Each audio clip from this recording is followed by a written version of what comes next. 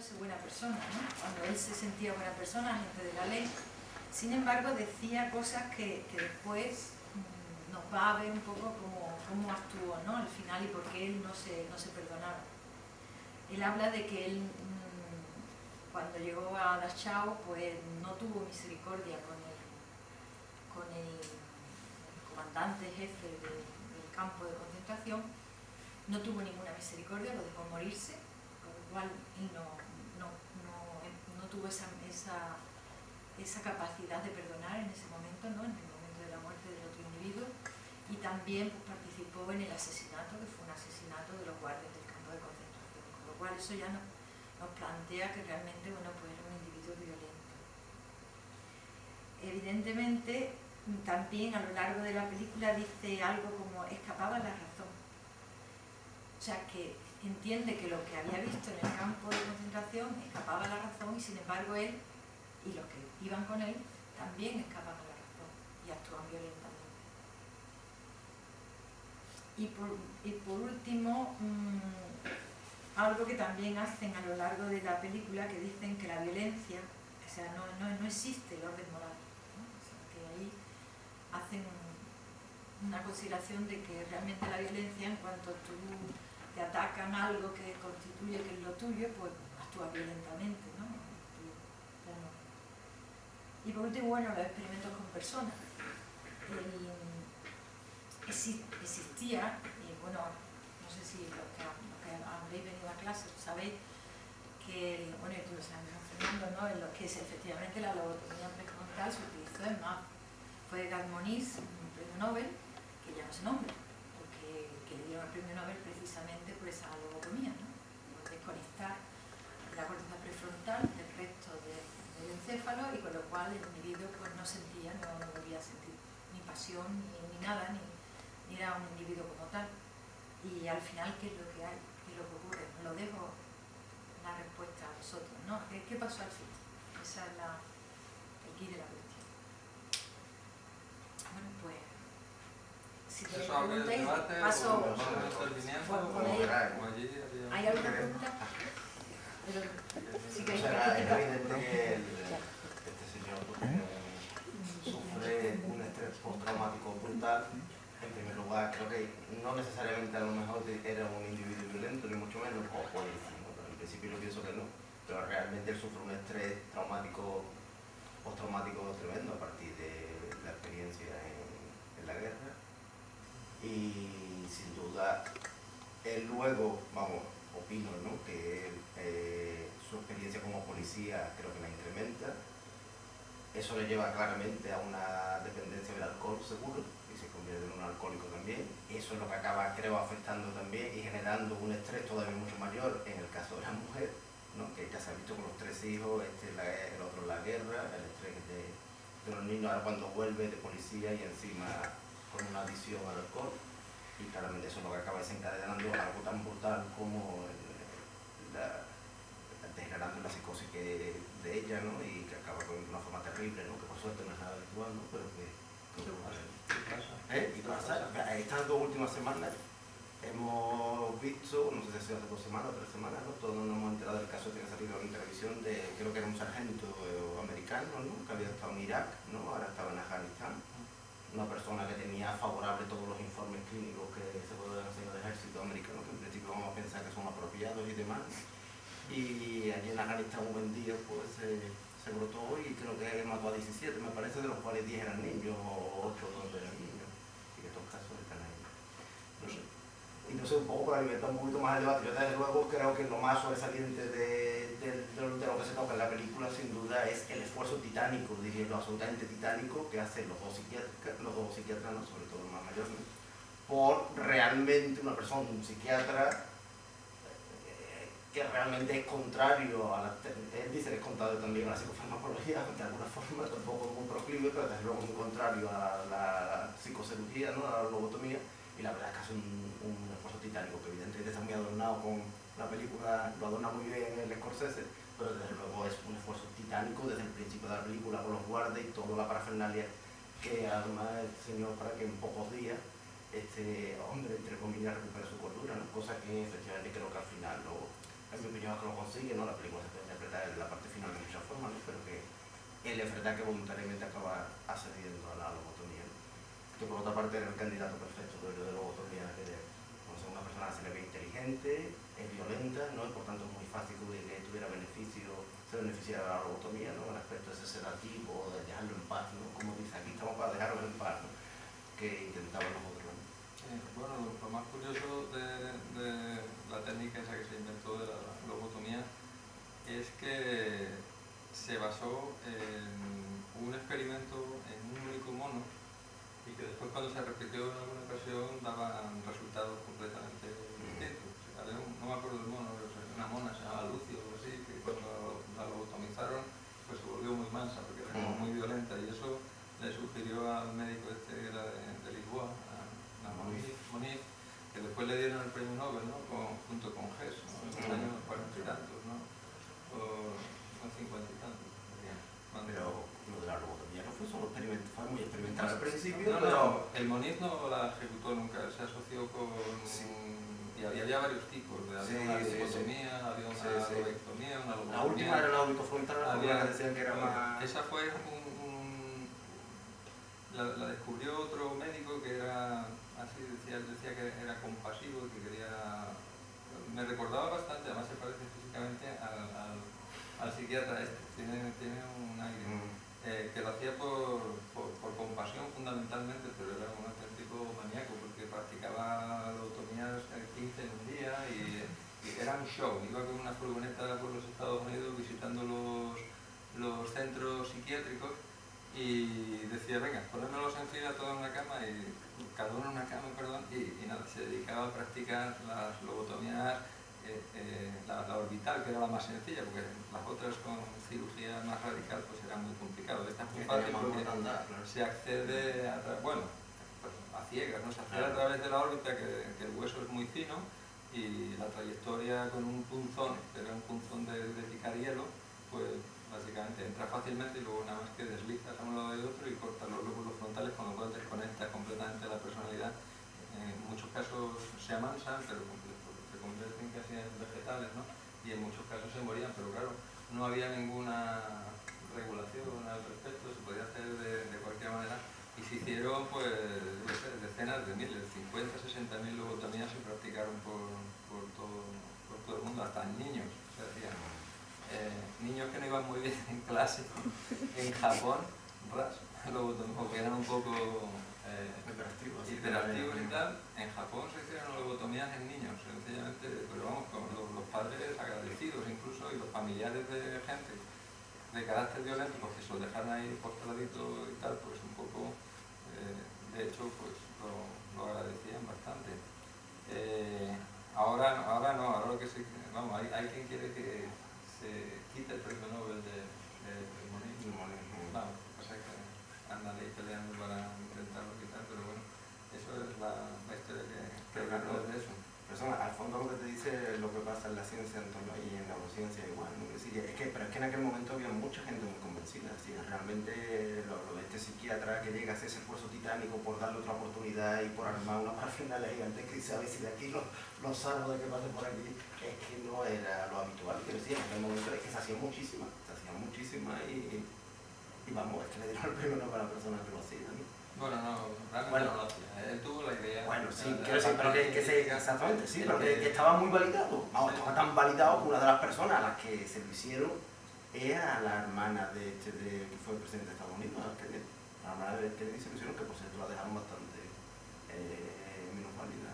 Sí, pero que se hacían muchas, ¿no?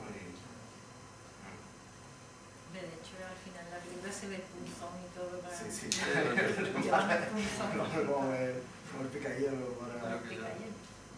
¿Y se sabe por qué produce ese apaciguamiento de las personas cuando...? Esa respuesta a esa pregunta es difícil de responder. Realmente no se sabe por qué. No sabe exactamente. No solo, pero lo que pasa es que no solo produce el apaciguamiento, en primer lugar produce también un montón de cambios de personalidad y un déficit intelectual asociado importante. O sea que no es solo eso, el apaciguamiento es lo primero que notan, por ejemplo, lo que son los cuidadores, los clínicos que están con él, las enfermeras y demás, son los primeros y los familiares, ¿no? Pero produce muchas más cosas. Por ejemplo, el cambio de personalidad es muy habitual y, por supuesto, déficits intelectuales y, por supuesto, hasta otras muchas más. Déficits intelectuales hasta dejarlos prácticamente conversarlo, aunque no.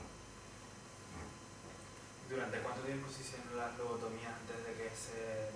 Bueno, no lo pasan hecho en estos últimos años, muy pocas, No, se hacen muy pocas, muy pocas. Hasta Sí, los sí. 70. No, pero luego se han hecho algunas, bueno, se han sí. seguido haciendo por dos motivos, que uno sale en la película. O sea, se han hecho, bueno, por supuesto ya desde los años, cuando dicen, ya desde esa época, por supuesto hace falta un consentimiento del propio paciente, es absolutamente obligatorio, ¿no? Sobre todo en los países que más hacían, que aquí en Europa era sobre todo en Inglaterra y en los países nórdicos se han hecho muchísimo. Después ha habido otros países que sorprendentemente, ¿no? Los rusos se les daban a practicarla, porque decían que era inhumano y que dejaban a la gente idiota, la dejaban hecho por... Pero hasta hace, creo que la última que se hizo, no sé si fue en Bélgica o en Francia, por ahí, era en el año 2001 o 2002, por ahí, ¿no? Pero claro, son gente con consentimiento y que realmente se piensa que el simple efecto sedativo que va a tener la operación pues va a suponer ya un cierto beneficio para el paciente, ¿no? Pero no... Pero la persona, ¿verdad?, sigue siendo la misma.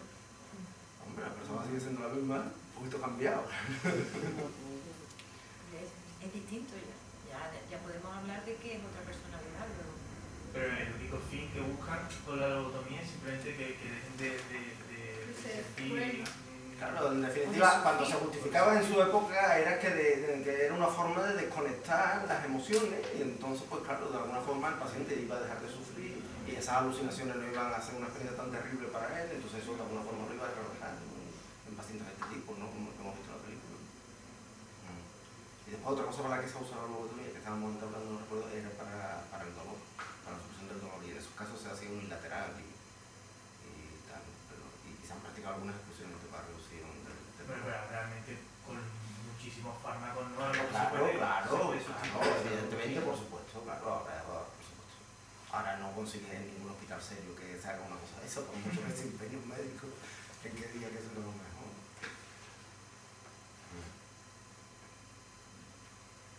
Lo que sí yo he visto como, desde mi punto de vista, es que como, bueno, por supuesto el ambiente está bien hecho, el Scorsese lo hace muy bien, la fotografía es magnífica, pero el ambiente de las alucinaciones, hasta ese punto de realismo puede conseguirse Pues, en un ¿eso no te sistema. parece? O sea que nuestro cerebro nos engaña, ¿no? Claro, la capacidad de... La capacidad de engañarnos de la realidad, ¿no? Vemos lo que vemos, es realmente lo que vemos. Creo que en toda la película te la están contando como que el que tenía razón era el DiCaprio, ¿no? Que la realidad era la suya.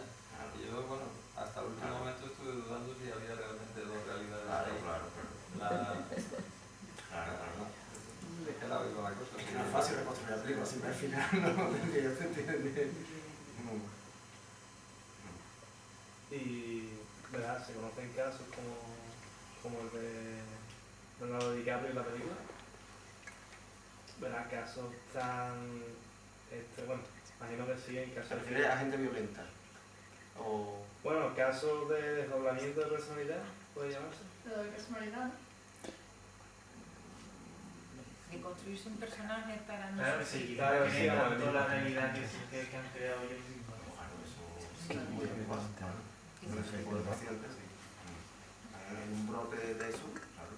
Claro, eso lo vemos Pero en- ¿cómo es posible que te llegue a engañar tanto porque realmente lo que tú ves es lo que tienes delante? ¿Cómo es posible que tú llegues a entenderlo de diferente manera? ¿No?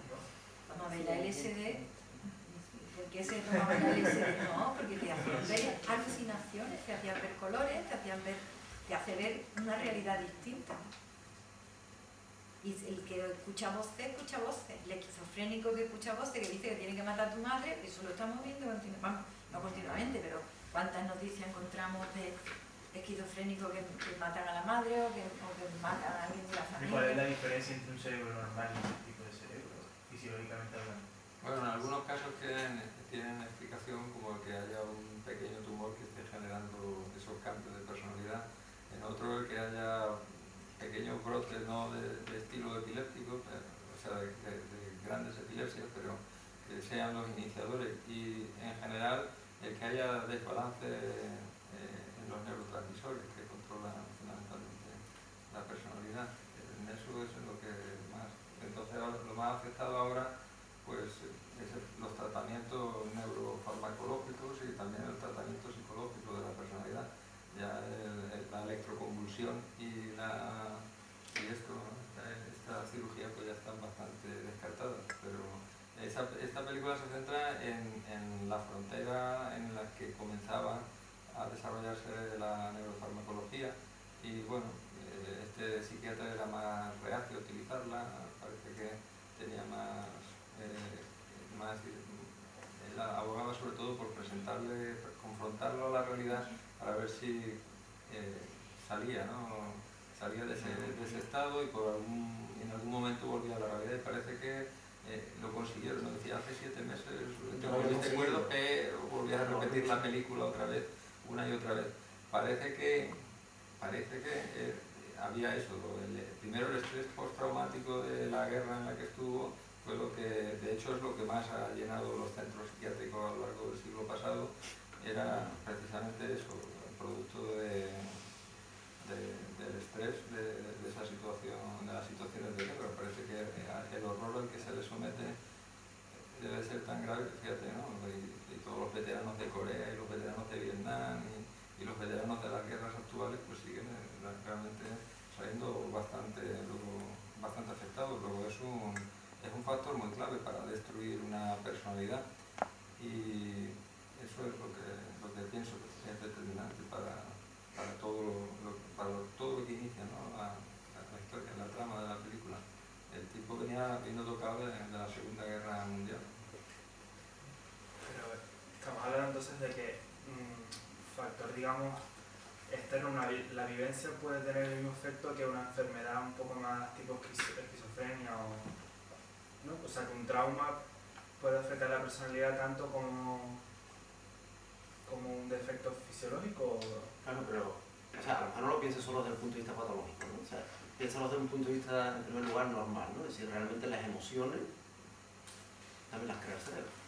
El cerebro normal también crea las emociones, aprende a interpretarlas, saca unas conclusiones con las emociones, guía una determinada conducta, eso es lo que hace un cerebro normal. Y entonces, ya a priori, lo primero que podemos pensar es que eso se puede alterar de alguna forma, ¿no? Es decir, una emoción puede no desencadenar, una determinada emoción ¿no? Puede no desencadenar en un determinado cerebro una respuesta apropiada, ¿no?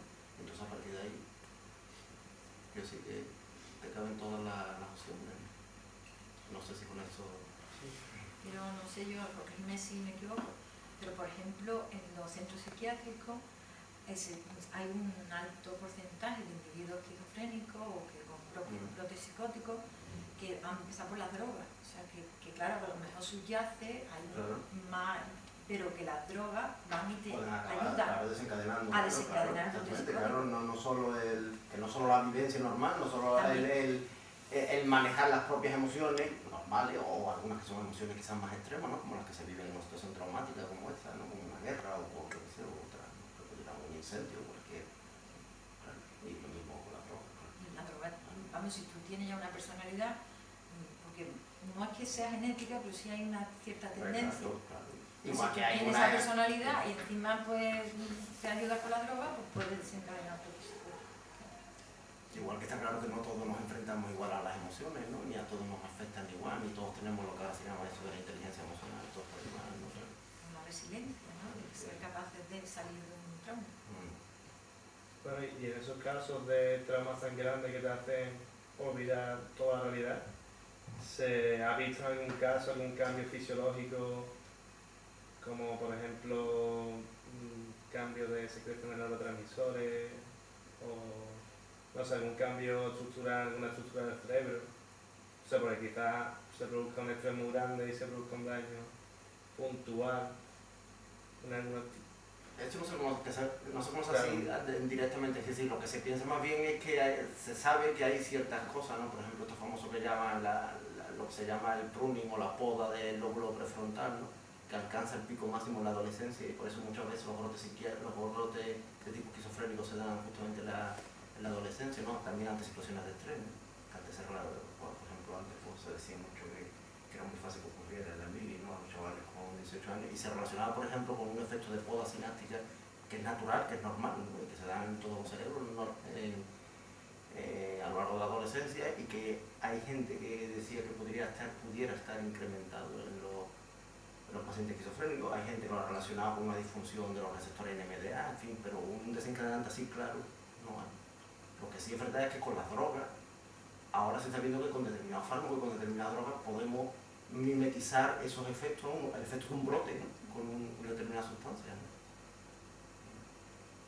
Y a lo mejor no se puede relacionar el brote no directamente con la droga, sino con la dependencia de ella. Es decir, si está con una persona que a lo mejor Es que sea otro caso, un caso te refieres a una persona que es un consumidor habitual, ¿no? claro, pero aquí en se el está momento hablando. en el que se lo quita, a lo mejor cuando empieza Claro, a pero tener... sí, pero esa es otra situación.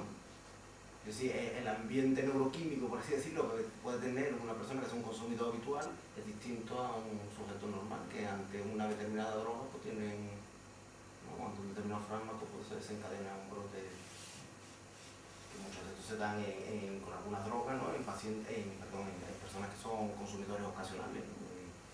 Incluso con fármacos también. Los fármacos, claro. Sí, pero yo quiero decir que hasta el punto de detalle, ¿no? Que preguntaba el compañero, pues todavía no estamos ahí, claro. Con los animales sí se hacen experimentos y efectivamente el estrés hace que haya, pues, las espinas dendríticas en el hipocampo cambian, o también receptores para glucocorticoides pueden aumentar o disminuir según el tipo de estrés. O sea que sí, hay experimentos en animales, pero hasta eso, hasta llegar al... Hoy no hay un modelo experimental claro, pero no tienen ese ser. Pues claro, me imagino yo que tiene que haber un desencadenante que provoque tal reacción del cerebro y produzca ese cambio, pero no, verdad que me pregunto yo si ese cambio será, el desencadenante será psicológico o será fisiológico como un cambio producido por el estrés. Pero es complicado. Es que fisiológico subyace siempre. Sí, es que claro, detrás de la psicología está... En lo que hay cambios neuroquímicos. Si tú a una persona le haces terapia, le estás cambiando la neuroquímica. Y el cambio será sináptico y será de neurotransmisor.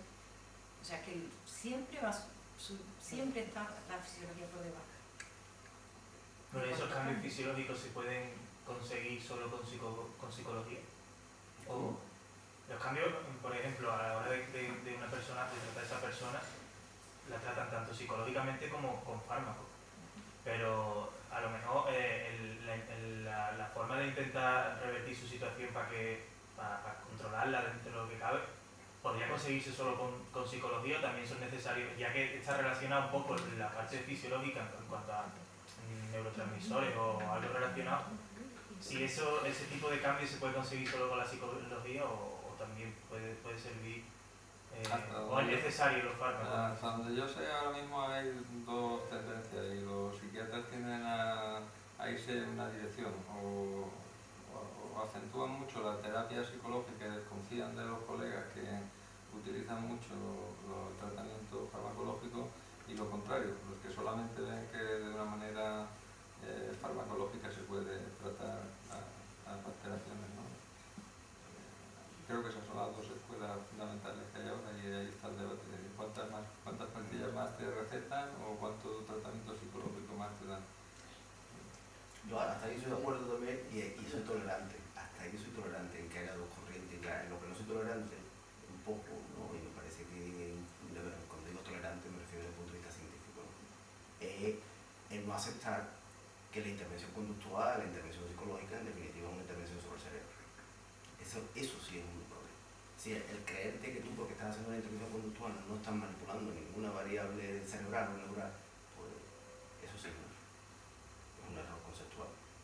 Que tú puedes querer no entrar en ese campo, ¿no? Igual que te digo, un psiquiatra que te está dando un fármaco y no quiere saber que te puede producir también una arritmia, pero cuidado, porque es que a lo mejor también te produce una arritmia. Pues es lo mismo, ¿no? Es decir, tú tienes un órgano diana, por así decirlo, una estructura diana, pero puede estar afectando a otra. Aquí está claro que lo que existe, está claro, es que la intervención conductual, su órgano diana es el cerebro. Y que no sepamos exactamente cómo está cambiando esa intervención conductual en el entorno neuroquímico, neurofisiológico o incluso hasta neuroanatómico, ¿no? Pero negarlo es absurdo. no sea refinese, aunque se pueda hacer una intervención conductual sin hacer ningún tipo de manipulación neural, evidentemente, como ha intentado este señor aquí, y puede ser exitosa perfectamente.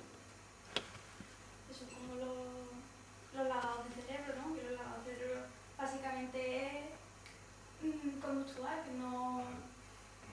y cambian totalmente la conducta de la persona. Una meditación trascendental. La meditación o el entorno emocional en el que vivimos todos, cada uno de Al final nosotros. todo Es que, te afecta. Como te criaste desde pequeñito. O sea, el hecho de que tu madre te cuidara de una forma, o tu madre tuviera una forma de hacer, o tu padre de otra forma, eso te ha condicionado ya como tú eres capaz de copar con el estrés. Entonces, desde que naces, ya ese ambiente, las neuronas tienen un ambiente neuronal, porque todo te está afectando. Y por eso los gemelos ya son distintos. Y tienen una personalidad distinta, a pesar de que son gemelos. Es que muchas veces no estamos acostumbrados a la reflexión y verlo así, ¿no? Y decir que la conducta no es más que el cerebro funcionando. Es que no hay conducta sin cerebro, y la conducta, todo, cualquier aspecto de la conducta no es más que el cerebro funcionando. Es el cerebro que produce la conducta. Y es en su funcionamiento. No nos queremos ver a nosotros mismos como neuroquímica, ¿no? Eso es difícil de ver. Pero somos neuroquímica y muchas cosas más. Y con mucha gente alrededor. Y con mucha gente alrededor. La interacción, toda interacción modifica tu mundo. Otro tema que a mí me ha llamado la atención, y es que vale, él era, parece que el malo de la película, y se debatía en si era su realidad o la realidad era la contraria, la que pretendían imponerle, ¿no? Que al final pues le lavan el cerebro y parece que en un momento se dijo, es tan inteligente que ha aceptado el juego que le pretenden imponer, que es decir, acepta que no eres, sino que eres el malo, que destrozaste a la familia, y todo, acepta todo eso, y por un momento entra en el juego hasta que se fuma el cigarrillo con el otro psiquiatra, y es que dice, no, está volviendo de nuevo. A donde quiero ir es que, vale, está el tema sobre el paciente sobre Leonardo DiCaprio, pero también está lo que subyace ahí es la crítica a las instituciones psiquiátricas que existían ya en el siglo pasado, en la manera en la que se accedía. Hay bastantes películas que tratan ese tema, en el que simplemente a lo mejor por una herencia o simplemente por cualquier cosa pues te declaran inhábil, te meten en una institución psiquiátrica y a partir de ahí y se dice en la película, ¿no? Cuando la doctora que estaba metida allí en la cueva, que yo no sé, ya no sé si era de verdad la doctora o era de mentira. ¿Creéis que era de mentira, no? Cuando la doctora, que parece que era de mentira, le abre muchas ideas, ¿no? Eso es muy curioso porque lo he visto como una bajada a los infiernos, se encuentra con la realidad y luego cuando sale ese policía que lo coge y se lo lleva de vuelta, era como una especie de revelación diabólica, era como el diablo diciendo, pero si la realidad del hombre es esto, pues esto es la violencia, es lo que maneja todo, ¿no? La manera en la que somos. Ese policía era uno de los que estaba, no solamente sale en esa escena. No sale, sale también.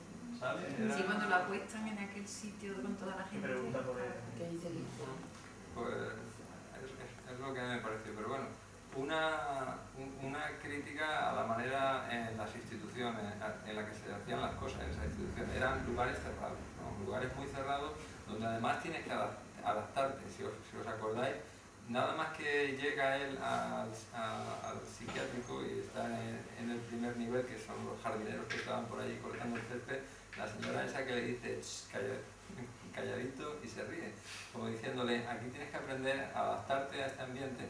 De alguna manera se aprende, ¿no? Y se adaptan a esa realidad que la verdad que era penosa, porque los mantenían completamente recluidos, atados, y a la más mínima pues un electroshock o cualquier otra terapia bastante agresiva que solían ser, y eso se trasciende todo el tiempo en la película, ¿no? Esa era la realidad de las instituciones psiquiátricas, eran sitios realmente violentos, ¿no? Donde a la más mínima pues te atan con una camisa de fuerza y eso tiene que ser, yo a veces lo pienso, eso tiene que ser terrible, ¿no? Y eso más que mejorar no haría empeorar la situación del paciente.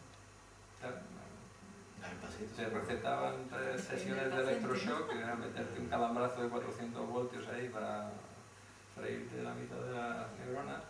Y en fin, eso ha sido instituciones para el sufrimiento, ¿no? Tremendas. Y esa crítica subyace. La facilidad con la que te podían ingresar, sobre todo en Estados Unidos, yo supongo que ahora estará ya, habrá cambiado eso un poco. Dice, basta que te decretaran que estás loco, pero estás loco. Y cualquier cosa que hagas será usada en tu contra. Es decir, es prueba de que realmente estás loco, una vez que han decretado que lo estás. Eso es terrible, se trata en muchas películas. No sé qué os parece esa parte del asunto. Las instituciones psiquiátricas. La primera viene de la Edad Media, se instituyó en Valencia, todavía está ahí el edificio. Lo conozco pero desde fuera. Vamos, soy de allí, soy de Valencia.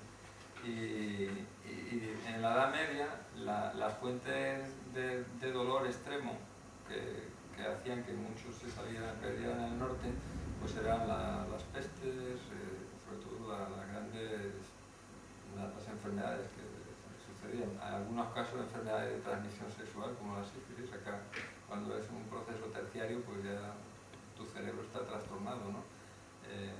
Tienes el treponema, ¿no? Treponema pallidum ya te tiene minado el cerebro y ya, por supuesto, ahí sí que hay una causa bastante claramente física del trastorno. Pero lo que ha llenado las instituciones en el siglo pasado era sobre todo el estrés producto de las grandes guerras, la primera, la segunda, después las otras, ¿no? Que vinieron. Hay una pregunta por ahí, ¿no? Laura. Sí, que actualmente, ¿cuál es el criterio que se sigue, por ejemplo, a un asesino que tenga problemas psiquiátricos para que entre en un centro psiquiátrico o vaya a una cárcel? No soy... Pero claro, como se supone que casi todos tienen problemas con la ley en la película o han sufrido... Bueno, la película, como muchos pacientes han sido asesinos o han tenido problemas con la ley y tienen además problemas psiquiátricos, como se les ve que están encerrados, recluidos, que no pueden salir, aparte de que tengan un tratamiento.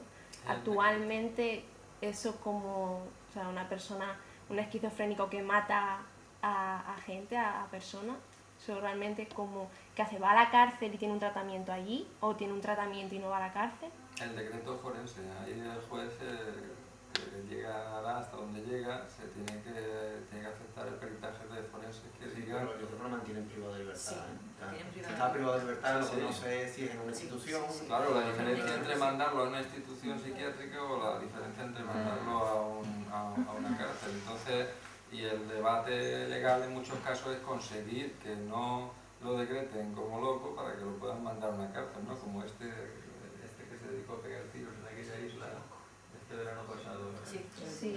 Claro que si lo mandan si no lo mandan a la cárcel es como que quitarle la culpa, echarle la culpa a la enfermedad. No era responsable de sus actos, de todas maneras hay que mantenerlo recluido hasta que recobre la razón o para siempre, o mandarlo a una cárcel, ¿no? Sí, yo creo que enfermos psiquiátricos graves creo que no hay graves, porque no graves sí están llenos las cárceles, desde luego, pero creo que los graves así no están en la cárcel, creo, ¿no? No sé. Bueno, Yo pues, me pregunto otra cosa aquí un poco encendida, eso no sé si lo voy a debatir, pero vamos, una cosa muy rápida. muy rápido. Claro, porque ahora que todo el mundo se ha hecho una idea de eso, que una cosa curiosa de lo de la lobotomía es que se practicaba mucho más a mujeres que a hombres. Mucho más. Salían bueno, sacaban los pies del plato. No sé. En aquella época se veía sacaban los pies del plato. Antes de las lobotomías estaban las histerectomías, ¿no? También. Se decretaban a la mujer histérica y la histerectomía pues consistía en lo que es la operación hoy día, que es quitar el útero y otras cosas cuando ahora se hace histerectomía por necesidad, pero hubo una época en que se decretaba porque eso, la mujer había sacado un poco los pies del tiesto, la decretaban histérica y la solución era la histerectomía. O sea que soluciones drástica no ha habido en toda... No, pero creo que en definitiva es un problema de género, ¿no? Y tiene que ver con eso, con el estatus de la mujer claramente, y mucho más en aquella época, ¿no? Y era como más admitido, ¿no? Es decir, hay más frontera que estaba dispuesto la sociedad y los familiares a dejar pasar a un varón que evidentemente a una mujer, ¿no? Y creo que por eso desencadenaron que fuera más fácil el que fueran a mujeres a las que se practicaran estas operaciones que a hombres, ¿no? Dejando con la pata quebrada en casa de una forma muy drástica, pero me cuento. Bueno, pues si no tenéis ninguna pregunta, yo creo que hoy vamos a dejar ya por aquí, por ahora. Y muchas gracias por vuestra asistencia. Y espero pues, que hayáis disfrutado. ¿De acuerdo? Gracias. Gracias a vosotros, por supuesto.